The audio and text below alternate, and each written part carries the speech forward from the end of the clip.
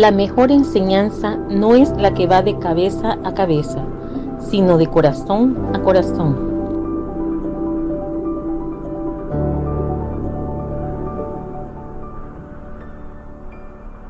Para nuestro ministerio es un privilegio poderte saludar un día más.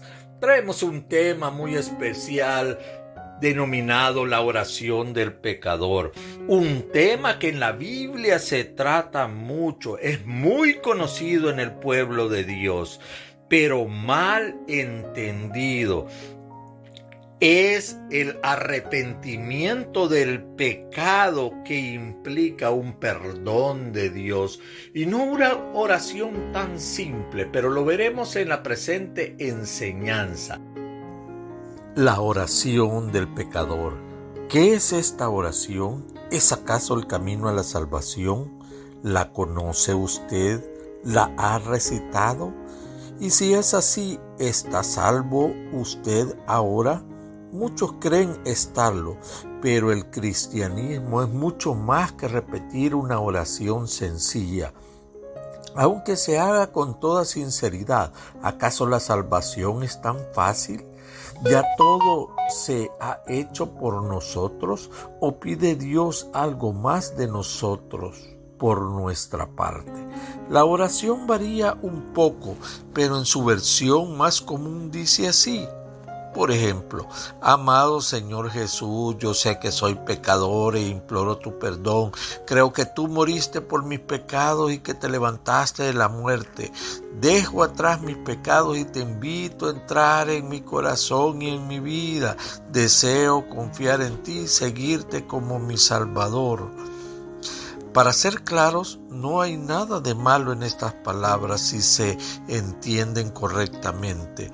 Pero ahí está el problema. La persona que las escucha, ya sea en una radio, ya sea en una televisión, ya sea en un anuncio, o que llega a una reunión de reavivamiento religioso, ¿comprende realmente lo que significa esas palabras? ¿Las entiende usted? No se confíe. Una cosa es decir yo soy pecador, pero otra es comprender lo que significa en toda su profundidad. Ojalá alguno de nosotros fuera tan perfecto, pero lamentablemente todos hemos pecado, dice Romanos 3:23, por cuanto todos pecaron, todos estamos destituidos de la gloria de Dios. Entonces, quien se emborracha esporádicamente o quien comete adulterio de vez en cuando puede, después de un episodio de culpabilidad y deseoso de resolver su problema, fácilmente recitar esta oración, la oración del pecador, pronunciar unas pocas palabras y todo se arregla. La respuesta está en la Biblia para comenzar. ¿Qué es pecado? ¿Qué es dejar atrás mis pecados? Veamos entonces. Mucha gente cree saber instintivamente lo que es el pecado, ya que ciertas acciones suelen producir un sentimiento de culpa. ¿Acaso lo que se define si algo es pecado es el sentimiento de culpa? Ir en contra de la propia conciencia si es pecado. Veamos la parte final de Romanos 14:23 y dice: porque no lo hace con fe y todo lo que no proviene de fe es pecado. Pero la conciencia en sí no define el pecado. Al fin y al cabo, no todos tenemos la misma conciencia. Definir el pecado como ir en contra de la propia conciencia sería reconocer que la definición de pecado bien puede depender de las actitudes cambiantes de la humanidad. Para ver el problema con ese modo de pensar, hasta mirar la trágica historia de la humanidad y la amplia gama de comportamientos que ha considerado la humanidad como aceptable. Conductas que antes eran mal vistas han logrado aceptación entre la mayoría. Un informe de Barna Research publicado en junio de 2016, dice: las parejas de hecho son la norma actual.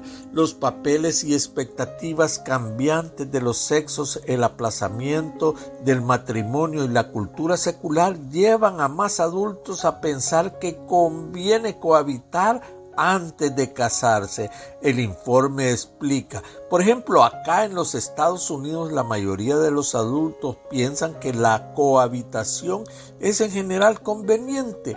2/3 de los adultos, o sea, el 65%, están firmemente o de alguna manera de acuerdo con la idea de que conviene vivir con la pareja antes de casarse, comparado con un solo tercio, es decir, el 35%, que está firmemente o de alguna manera en contra.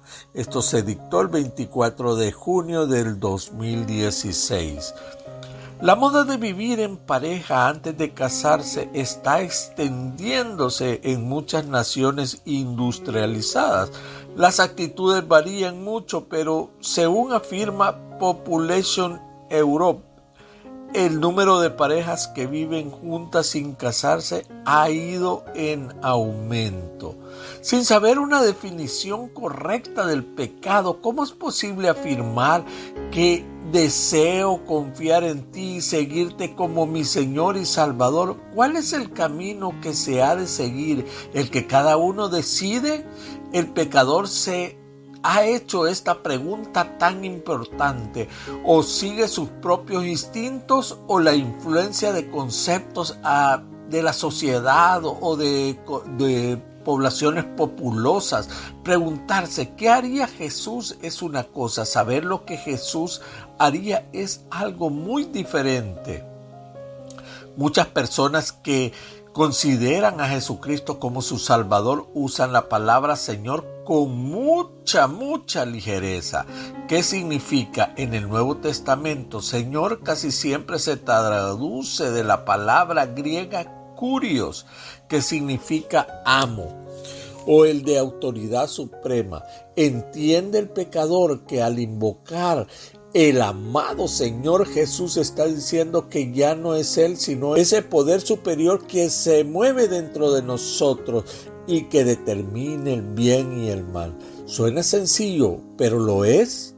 Como ya hemos visto, la mayoría en el mundo industrializado tiene normas de moralidad que son las de aquel a quien llama Señor. Veamos qué dice 1 Corintios 6:9. ¿No sabéis que los injustos no heredarán el reino de Dios? No erréis, ni los fornicarios, ni los idólatras, ni los adúlteros, ni los afeminados, ni los que se echan con varones. Entonces, ¿quién decide lo que es pecado? ¿La conciencia de cada persona guiada por la sociedad que la rodea, o aquel a quien esa misma persona invoca como su Señor? Ni siquiera la pornografía es objeto de condenación universal en un mundo moderno donde tu verdad quizás no sea mi verdad. El hombre que se emborracha o la mujer que engaña a su marido haría bien en decir una oración sincera, pedir verdaderamente perdón y suspender ese comportamiento, pero esto abarca mucho más de lo que parece a primera vista. Debemos comprender por qué Cristo murió primeramente por mis pecados, y esto significa que debemos comprender la definición de pecado según las Escrituras. Veamos. La definición bíblica de pecado se encuentra en 1 de Juan 3:4. Leamos el versículo. Todo aquel que comete pecado infringe también la ley, pues el pecado es infracción de la ley. El pecado, nos dice, es transgresión de la ley, y la construcción griega da a entender que los dos, tanto pecado como transgresión de la ley, son intercambiables. La ley en cuestión, claro está, es la ley de Dios. La esencia del pecado, pues, es desatender la ley. Esa definición se ve clara y lo es. Pero ¿qué implicaciones encierra? ¿Cuántas personas que recitan la oración del pecador conocen en detalle lo que la ley de Dios dice? ¿Cuántas saben de memoria los 10 mandamientos, por ejemplo, aunque sea en su versión más corta? ¿Sabe en qué parte de las Escrituras están los mandamientos? ¿Es realmente posible dejar atrás los pecados, dejar de transgredir la ley de Dios si no se sabe lo que la ley dice? Digamos que usted puede citar por lo menos 5 de los 10 mandamientos, quizás hasta 8 de los 10 mandamientos. No está mal. El apóstol Santiago nos dice: cualquiera que guardare toda la ley, pero ofendiere en un punto, se hace culpable de todos. Porque él dijo: no cometerás adulterio, tampoco ha dicho: no matarás. Ahora bien, si se comete adulterio, pero matas, ya te has hecho transgresor de la ley. Guardar los mandamientos no es negar la gracia. Consideremos por qué necesitamos la gracia. Es porque todos hemos pecado, hermanos. Yo les dije en Romanos 3:23, dice que todos estamos destituidos de la gloria de Dios por cuanto todos pecamos. La pena, ¿sabe? Por transgredir la ley es la muerte, dice Romanos 6:23. Y Cristo murió a fin de pagar esa pena por nosotros. Imagínese qué lindo nuestro Dios que murió en vez de nosotros en esa cruz del Calvario. Si así fuera que pudiéramos transgredir la ley, ¿cuál de los mandamientos está dispuesto a transgredir si usted lo pudiera hacer? Pensamos que podemos transgredir uno de los mandamientos y solo hacer esa oración del pecador y ya estamos listos nuevamente para pecar. Algunas personas aseguran que guardar la ley es una carga. Quizás usted lo haya oído, pero ¿qué dicen las Escrituras? El amor a Dios consiste en obedecer sus mandamientos y sus mandamientos no son una carga. Leeremos la versión Dios habla hoy de 1 de Juan 5:3 y dice: el amar a Dios consiste en obedecer sus mandamientos y sus mandamientos no son una carga. Los 10 mandamientos vienen a ser una lista de normas que rigen la justicia, la piedad y que enseñan la misericordia y el amor de Dios en todos los comportamientos humanos, pero al mirarlo parece muy simple. Esos pensamientos los hijos de Israel cuando salieron, se recuerda, mi querido hermano, cuando salieron de Egipto, así como el pecador que repite la oración del pecador dice: no, yo haré todo lo que Dios me mande, yo lo haré. En ese momento eso decimos, pero sin entender todo lo que esto puede exigirle. También los hijos de Israel estaban más que dispuestos a decir que harían todo lo que Dios mandara. Todo el pueblo respondió a uno y dijeron: todo lo que el Eterno ha dicho haremos. Eso dice Éxodo 19:8. El primer mandamiento comienza con esta identificación. Oiga bien, mi querido hermano: yo soy el Eterno tu Dios que te saqué de la tierra de Egipto, de casa de servidumbre. Sigue el mandato directo que muchos niños, hasta los niños, pueden repetir: no tendrás dioses ajenos delante de mí. Éxodo 20, del 2 al 3. La mayoría está de acuerdo en que este es el primer mandamiento, pero no todos están de acuerdo en cuál es el segundo. Algunos se sorprenden al entender de que la comunidad cristiana más grande del mundo omite este gran mandamiento. Eso lo hace en su catecismo. No te harás imagen ni ninguna semejanza de lo que está arriba en el cielo, ni abajo en la tierra, ni en las aguas debajo de la tierra. No te inclinarás a ella ni las honrarás, Porque yo soy el Eterno tu Dios, fuerte, celoso, que visito la maldad de los padres sobre los hijos hasta la tercera y cuarta generación de los que me aborrecen. Y hago misericordia a millares a los que me aman y guardan mis mandamientos. Éxodo 20, del versículo 4 al 6.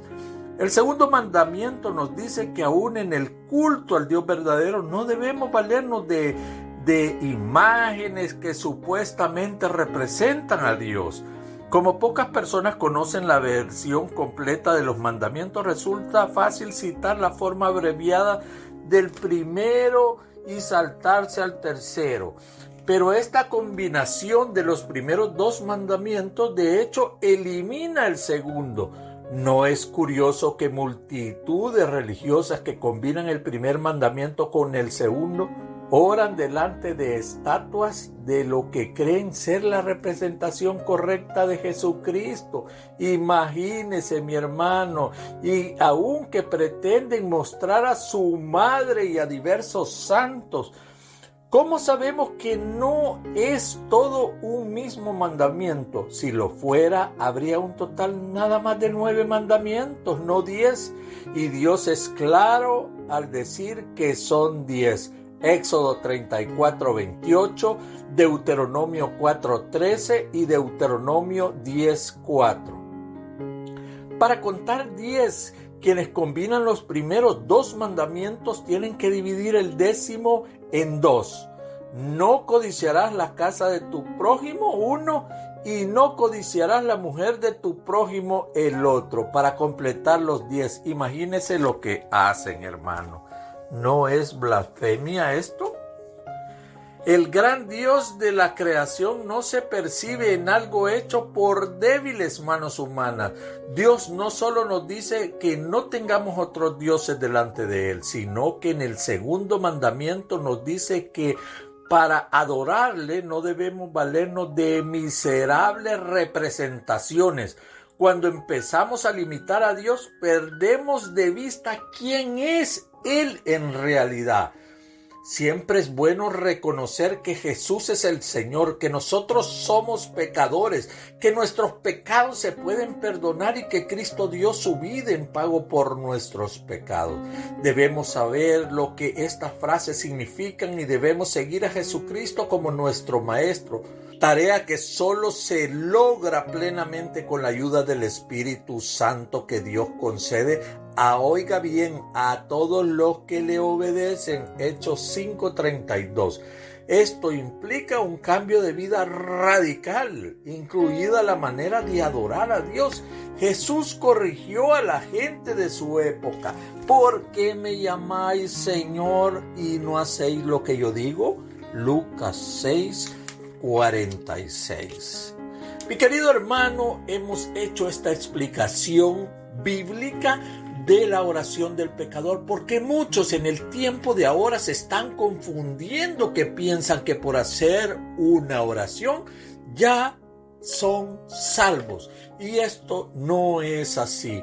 Mi querido hermano, te invito a que te suscribas a nuestro canal de YouTube para que no te puedas perder ninguna de las enseñanzas, que también actives la campanita acá abajo para que te suene cuando haya un video nuevo explicativo de pequeños cortos de la Biblia. Te saludamos siempre del Ministerio Monte Olivar. Queremos edificar tu vida a través de enseñanzas que puedan hacer rema en cada una de tu vida. Ahora, para terminar este video, haremos una oración. Señor y buen Padre, te damos las gracias, poderoso Rey, por habernos permitido presentar una enseñanza más en tu nombre. Gracias, poderoso Rey, por todos aquellos que nos escuchan y ven estos videos, Padre de la gloria. Señor, en esta tarde te venimos pidiendo perdón por aquellas cosas que te ofenden, Padre eterno, aún una palabra que pueda salir de nuestra boca que te ofenda. Poderoso Rey, gracias, Señor, por habernos despertado este día, Señor, para adorarle, para venerarle, Padre eterno, Señor, porque solo usted se merece gloria gloria y honra, Señor. Gracias, poderoso Rey, porque un día selló nuestra vida a través de su Santo Espíritu, Señor. Gracias por permitirnos estar en su voluntad, Señor. Gracias por podernos alumbrar a través de tu palabra, Señor, que podamos guiarnos a través de ese camino recto llamado Biblia. Gracias, poderoso Rey, Señor, por nuestra vida, Señor, porque sus misericordias son nuevas, Señor. Si no, Señor, nosotros ya estaríamos muertos. Padre eterno, si no es por su misericordia que nos lavó y nos perdonó con su sangre bendita, Señor. Todo esto, Padre eterno, se lo vengo pidiendo en el poderoso nombre de su Hijo Santo, Jesús. Amén y amén. Ahora no nos resta más que decirte que nos vemos en la siguiente enseñanza.